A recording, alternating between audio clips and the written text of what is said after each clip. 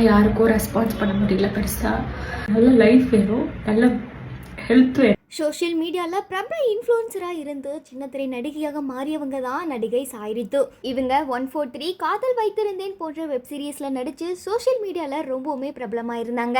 இதை தொடர்ந்து விஜய் தொலைக்காட்சியில் முத்தழகு, தங்க மகள், பாண்டியன் ஸ்டோர் போன்ற அடுத்தடுத்த சீரியல்களில் முக்கிய கேரக்டரில் அறிமுகமாக இருந்தாங்க.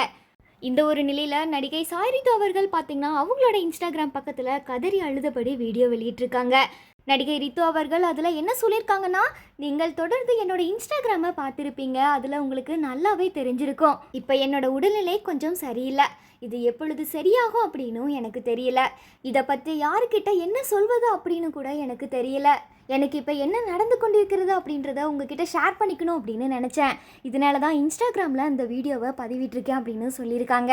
ஆனால் சோஷியல் மீடியாவில் இப்படி பேசுவது சரியா தப்பா அப்படின்னு கூட எனக்கு தெரியல. கடவுளிடம் அது வேண்டும், இது வேண்டும், வாழ்க்கையில் எல்லாம் வேண்டும் அப்படின்னு கேட்குறோம். ஆனால் இது எல்லாத்தையுமே அனுபவிக்க நல்ல வாழ்க்கை வேண்டும், நல்ல உடல் நலம் வேண்டும். நீங்கள் நல்லா இருந்தால் தான் அனைத்தையுமே அனுபவிக்க முடியும் அப்படின்றத இந்த 5 நாட்களில் வாழ்க்கையை பற்றி நல்லாவே கற்றுக்கொண்டேன் அப்படின்னு சொல்லியிருக்காங்க. அது மட்டும் இல்லாமல் உங்களோட அன்பிற்கும் ஆதரவிற்கும் ரொம்பவுமே நன்றி.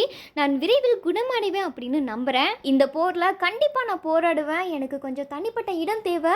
என்னோட சூழ்நிலையை நீங்கள் புரிந்து கொள்வீங்க அப்படின்னு நான் நம்புகிறேன். அது வரைக்கும் உங்களிடமிருந்து விடைபெறுகிறேன் அப்படின்னு சாய் ரித்து அவர்கள் கண்ணீரோட மிகவும் உருக்கமாக பதிவிட்டிருக்காங்க.